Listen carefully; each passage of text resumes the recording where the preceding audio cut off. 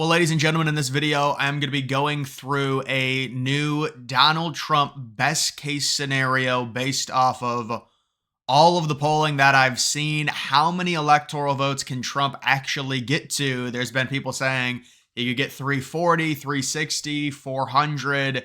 What is the actual realistic number Trump can get to based on our current electorate? That's what I'm going to be going through right now. And you can see some of these states, they're really not swing states. There's really not a big chance Trump can win them, but I do want to talk about some of them, including Illinois and New York. So, in an absolute best case scenario, I still don't think there's really any way Trump can win Illinois or New York.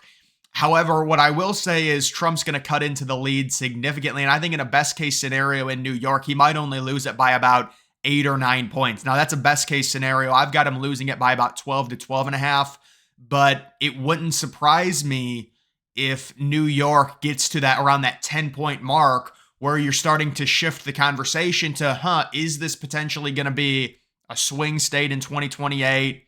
Maybe that's a little rich, maybe 2032. But if you get a shift where Trump can get it under 10, that really changes things in New York, that's for sure. So I did want to talk about, and also Illinois. Now, there's really no polling out of Illinois that I've seen, but I would say Trump, in an absolute best case scenario, could get Illinois under 10. He lost it by 16 in 2020. By comparison, he lost New York by 23 in 2020, and we think New York's going to be 12. Now, I'm not saying Illinois is going to shift that far, but we are seeing, and even California, you're seeing Trump possibly lose California by around 21, 22. That's a 6 or a 7-point shift in a big populated state. That's going to help. Now, in terms of the popular vote best case scenario, I think Trump could win the popular vote in a best case scenario. I think his high water mark might be around 1.5 to a 2-point victory.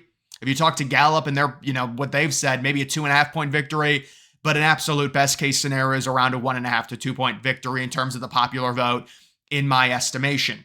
Now, looking at some of these other states, New Jersey, in an absolute best case scenario, could Trump win New Jersey at this point? I mean, there's just not a lot of polling out in New Jersey. I saw a poll that did have Harris up by like 9 or 10. I certainly think New Jersey is going to be closer than it was in 2020, just like New York, just like California, just like Illinois. But I just can't do it because there's just not enough polling where it's close enough that you would realistically say, all right, this can flip. I mean, anything could happen. We know Kamala Harris is a horrible candidate, but they are funding her like crazy. She's getting billions of dollars. They're spending ads. I mean, they are a well-oiled machine, even though they're not, it seems like they're not in tune right now, the Democrats. There is a lot of infighting going on, but there's still going to be a bunch of money spent. It would be total Democratic malpractice, and it already has been with what happened with Biden and the whole debacle, but I'm just saying, with how partisan we are, to take a state that was won by the Democrats that's pretty highly populated, meaning it would be a crazy swing, 16-point swing for Trump to win. Maybe if they were running Biden and he was a total corpse, I could see Trump possibly winning New Jersey. I think it could be maybe best case scenario within 6 or 7 points. That would be a best case scenario in New Jersey. It's probably going to be around 9 or 10. But there is that. When you're talking about Maine, that first district is definitely going to go to Harris. But I do think, obviously, in a best case scenario, Trump is going to take the second district, which right now he's the current slight favorite for. That's a district that he won in 2020 and 2016. And also, in a best case scenario, I think he would take the Maine just in general, the state at large, the 2 electoral votes. He's down by about 6 or 7. It's a state that he was competitive in both 2016 and 2020.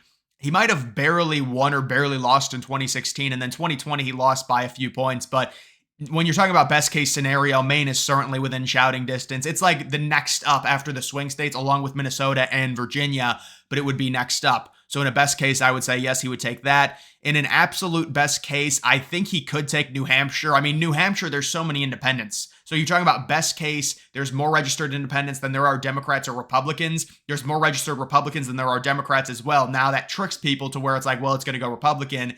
That's really not. A lot of those independents lean to the left, but they just call themselves independent. So I will say it's not likely with New Hampshire, but it's certainly possible. I mean, we haven't seen a ton of polling out of New Hampshire, but from the polls I've seen, you could say, well, the average is a 7-point Harris lead, but it's a lower populated state, so the polls might not be accurate. There might be some rapid movement. You really never know in terms of that. So I would give Trump New Hampshire in an absolute best case scenario. Obviously, these states really go without saying. In a best case scenario, I could see Trump winning. I still think Nevada's going to be close, but he could extend it to like a 2 or 3 point victory in Nevada. Arizona, an absolute best case scenario, would be like a 4 or 5 point victory. I mean, we've seen polls out of Arizona that have Trump up by 5. So who knows? I mean, I think it's probably going to be around 3.5, but it is possible. New Mexico is one that, it's like right now Harris is up by about, what is it in terms, like 6.5, 7. Could you see Trump potentially flip it? It's like borderline best case. I mean, I think it'd be very surprising if Trump flipped it. I'm going to give it to Harris right now. Even in a best case, I just can't see New Mexico swinging that much. It's only 5 electoral votes. I mean, who knows? But I just can't see it right now. Obviously, it goes without saying. Georgia, best case scenario, 3.5 point, maybe 4 point victory in Georgia for Trump. North Carolina, very similar to Georgia. Very, very similar. Pennsylvania, obviously, best case scenario. Pennsylvania might be like a 2.5 to 3 point victory, or maybe 3.5 to 4 point, because I think he could win it by 2.5. Michigan would be similar. I mean, Trump's right now up in the polls in Michigan. I think he could win the state by 2.5 to 3. And then Wisconsin, the best case scenario with the Rust Belt is you get some breathing room to where they're already gearing it up and saying, oh, we're not going to have the final count on election night. They're going to be counting for multiple days. Well, if Trump wins it by 2.5 to 3, it's going to be reflective in the data, even right when it starts, 2 or 3 hours into the counting. So it's going to be like a huge Trump lead, and it's just going to be insurmountable if he's able to end up carrying the state by around 2 or 3 points. Now, if the state's very close, then yes, they're going to do their thing where they count for days, and then maybe a Trump will win it by a half point or whatever. But best case scenario in the Rust Belt is Trump wins with wiggle room, meaning we'll pretty much know that he's won the state, even though it's not fully been counted, if he ends up winning the state by like 2 or 3 points. There's a big difference between winning it by 0.3 and 2.5 points. And right now in Michigan, it looks very, very promising, at least the polls that we've seen, where Trump's up by 1 in terms of the aggregate. He's up by, in Pennsylvania, I think it's tied. In Wisconsin, I think he's down by 0.3. So they're all very, very close. But at that point, that would put Trump at 318. So obviously, like right now, everyone's saying the high water mark in terms of the normal scenario is 312. Obviously, in this scenario, best case scenario, I do think he would eke out victories in both Virginia and Minnesota. And those were always kind of the next two on the board for Trump in terms of potential swing states he could take. You could also argue New Mexico. You could also argue Maine at large. Those would be on the next rung as well. But when you look at Virginia, you look at Minnesota, the common thought right now is Minnesota might have a little bit better of a chance of going red than Virginia, believe it or not. I know there's been a lot of talk about early voting. Guys, I think early voting, it's trying to interpret that data as crap. I'm sorry. It's just very hard to. There's way too many different variables in 2024 than there were in 2020. That's why I've really stopped doing the early voting videos, because people will be like, well, there's more enthusiasm for Republicans. Yeah, because Trump is telling them to vote early. I mean, he at his rallies, they have signs that says vote early. In 2020, Trump was saying, don't vote early. They won't count your vote. So, I mean, when you've got that, I mean, obviously there's going to be more conservatives that vote early. I mean, look, it can help. I mean, it's good to be up in the early vote or do better than you were doing in 2020, which Republicans are. But like interpreting that data, I know there's a ton of people saying there's great data out of Virginia. And I understand, there's better data than there was in 2020. And I think it's going to be closer than it was in 2020. But according to the polls and according to just what we've seen recently, Minnesota does have a higher chance of going red than Virginia, even though they are very close. Obviously, you would like Virginia over Minnesota because of the 3 more electoral votes than Virginia has than Minnesota, but that would be Trump at around 341. And when you talk about that second district, I do think in a best case scenario, even though that district is trending more liberal, it's a district that Trump won in 2016. He did lose in 2020 by about 7 points, but it would trend back conservative. You could argue either way on that one. It's the same thing with like Maine at large, but either way, I think Trump's high water mark right now is 340, 342.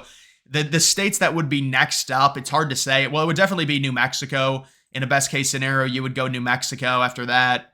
I think Trump's probably only going to lose New Mexico by possibly 5 or 4 points. I mean, probably 6.5, but it'll be closer than people expect. And you're looking at an Oregon, which we get basically no polling from. Possibly, we saw some interesting polls when it was Biden versus Trump. New Jersey would be after that, very likely. And then maybe you'd look at a Colorado after that, I'd say, and possibly Delaware after that. And then really, I don't see any of these other states having any sort of chance. I mean, Illinois would be like a 9 or a 10 point. It's just not going to swing far enough.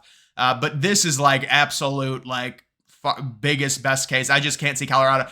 Colorado swung ridiculously left from 2016 to 2020 due to the migration into Boulder and Denver and the big cities there, and they're getting more liberal. I just can't. There's no way it's going to swing back. I mean, I think it's probably going to be around a 12 or 13 point victory for Harris. I know people were looking at polls in Colorado and saying, "Oh, they're close," because there was like 2 or 3 polls. You got to be careful with some of these things because there were polls out of Illinois that had Biden down only up by like 7 or 8. There were polls out of New York that had Biden only up by 7 or 8. It is different with Harris. It's going to be a bigger lead. I don't think it's going to be that bigger. And I think best case scenario, a map like this, Trump takes the popular vote by around 2 to 2.5 points, which is huge. But right now, I would say the high water mark, the absolute high water mark, is in the low 340s in terms of the electoral votes for Trump. It includes sweeping all of the Rust Belts, obviously all the swing states, and also extending that map into Minnesota, into Virginia, into the Maine at-large, into New Hampshire.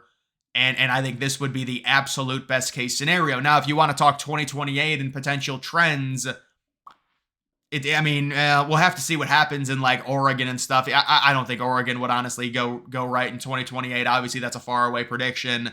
New York, I know people are talking about New York being a battleground in 2028. You would need a big shift. I mean, if it's 12.5, I don't see it being a battleground in 2028. That's just too much to overcome. It's harder to overcome that last percentage, right? Like, because I know you're talking about a 23-point victory in 2020 going down to a 12, and then you're like, well, couldn't you cut that again? Yeah, you could cut it again. I don't know, because look at how hard Texas is for liberals to flip.